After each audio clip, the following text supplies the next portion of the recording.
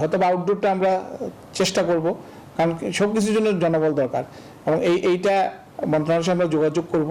Oxygen plant নাই এখনো, ওটা করতে হবে। তারপরে ওয়েস্ট ম্যানেজমেন্ট প্ল্যান্ট লাগবে, স্টেরিলাইজ, বিভিন্ন টেকনিক্যাল বিষয় আছে। তারপর মনে করেন এটা একটা শহরের মধ্যে অবস্থিত, একটা সিকিউর পেরিমিটার লাগবে। দীর্ঘ প্রশাসনিক জটিলতার অবসান ঘটিয়ে মিলেছে অনুমোদন, তবে এখনও কাটেনি সেবা চালুর দীর্ঘসূত্রতা।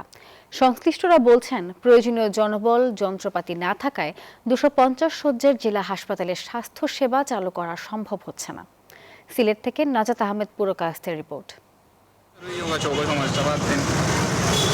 নির্মাণ কাজ শেষ হওয়ার 3 বছর পরেও 250 শয্যার জেলা হাসপাতাল চালু না হওয়ায় কাঙ্ক্ষিত সেবা থেকে বঞ্চিত হচ্ছেন সাধারণ মানুষ।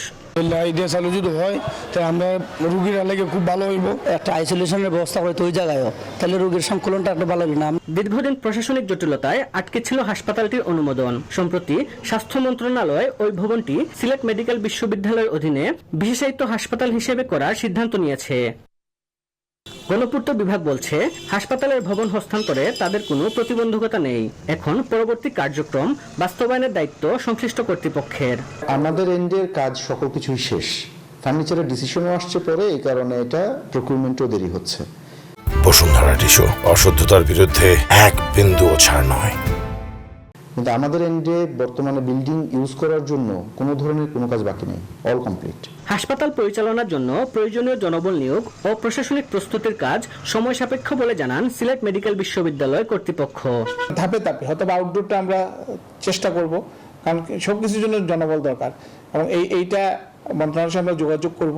অক্সিজেন প্ল্যান্ট নাই এখনো, ওটা করতে হবে। তারপরে ওয়েস্ট ম্যানেজমেন্ট প্ল্যান্ট লাগবে, স্টেরিলাইজ, বিভিন্ন টেকনিক্যাল বিষয় আছে। তারপর মনে করেন এটা একটা শহরের মধ্যে অবস্থিত, একটা সিকিউর পেরিমিটার লাগবে। হাসপাতাল চালুর বিষয়ে আশ্বাস দিয়েছেন বাণিজ্য মন্ত্রী।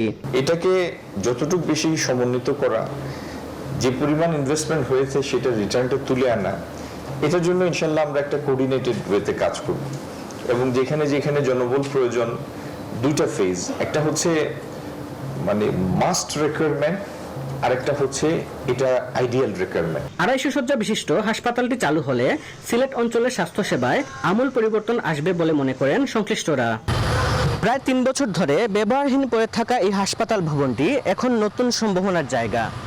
তবে এই সম্ভাবনাকে বাস্তবে রূপ দিতে এখনো প্রয়োজন জনবল নিয়োগ, চিকিৎসা সরঞ্জাম স্থাপন এবং প্রশাসনিক প্রস্তুতি সম্পন্ন করা।